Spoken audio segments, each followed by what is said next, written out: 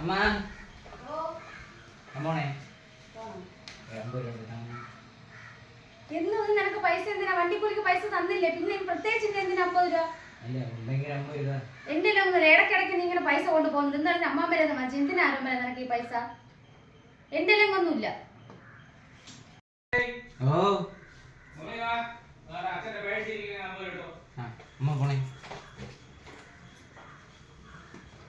അച്ഛ എടുത്തേ അമ്മ പോണേ.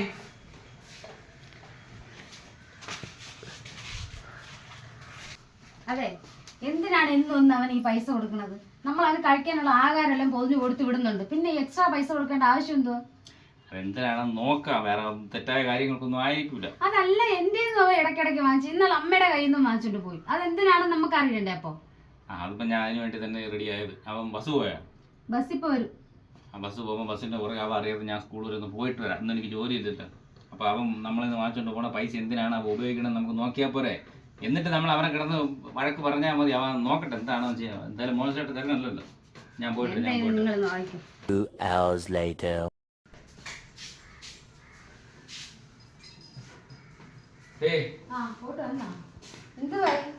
കണ്ടോ അവൻ എന്തിനാ പൈസ കൊണ്ട് പോയെന്ന് കണ്ടോ?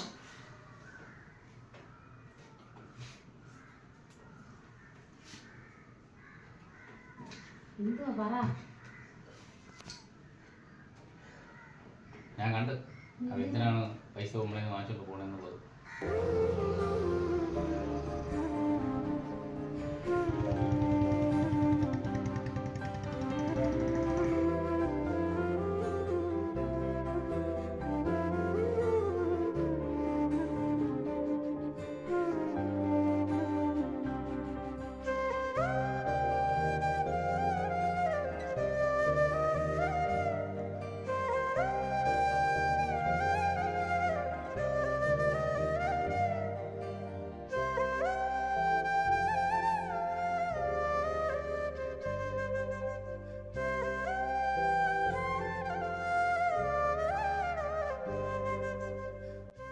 അയ്യോ, അതിന് വേണ്ടിയായിരുന്നു അവൻ പൈസ ചോദിച്ചത്.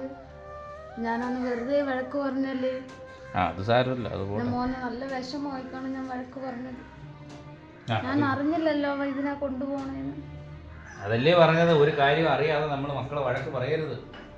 അവൻ ചെയ്യുന്ന പ്രവൃത്തി എന്താണെന്ന് അത് നമ്മൾ അവരറിയാതെ അത് എന്താണെന്ന് അതിന്റെ സത്യാവസ്ഥ മനസ്സിലാക്കണം. എന്നിട്ട് വേണം മക്കൾ വിഷമമൊന്നും ആയില്ല. അത് സ്ഥിരമുള്ളതല്ലേ. എൻ്റെ ചോദിക്കുമ്പോൾ നീ വഴക്കുറയുന്നത്. നിങ്ങൾ അമ്മമാരെന്ത് പറഞ്ഞാലും മക്കളത് വലിയ കാര്യമായിട്ട് എടുക്കില്ല.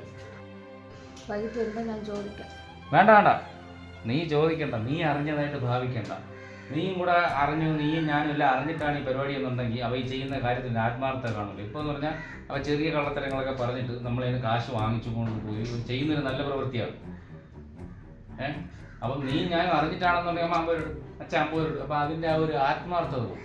അപ്പം നീ അറിഞ്ഞ ഭാവം കാണിക്കേണ്ട. വൈകിട്ട് വരുമ്പോൾ ഞാനത് നയത്തിൽ ചോദിച്ചോളാം. ഓക്കെ, കാര്യം എന്താ പോയി മോൻ കഴിപ്പോ. അമ്മ എവിടെ? അമ്മ അപ്പുറത്തൂടെ പോയി മക്കളെ. ആരോമനെ മക്കളെ ഒരു കാര്യം പറഞ്ഞു.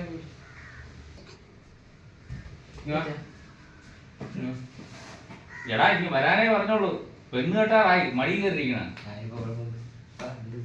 പിന്നെ നമുക്ക് ഒരാഴ്ചയിൽ 500 രൂപ മതിയാവോ? എന്തിനാ? അല്ല നീ ഇപ്പൊ ചെയ്യുന്ന പ്രവൃത്തി. എനിക്കറിയാം നീ ചെയ്യുന്ന കാര്യം എന്താണെന്നൊക്കെ എനിക്കറിയാം. അതിനാണ് ചോദിച്ചത്. 500 രൂപ ഒരു കാര്യം ചെയ്യണം. അച്ഛൻ്റെ പേഴ്സിൽ ഇരിപ്പുണ്ട് പൈസ, അതിൽ നിന്ന് 500 എടുത്തോണം കേട്ടാ.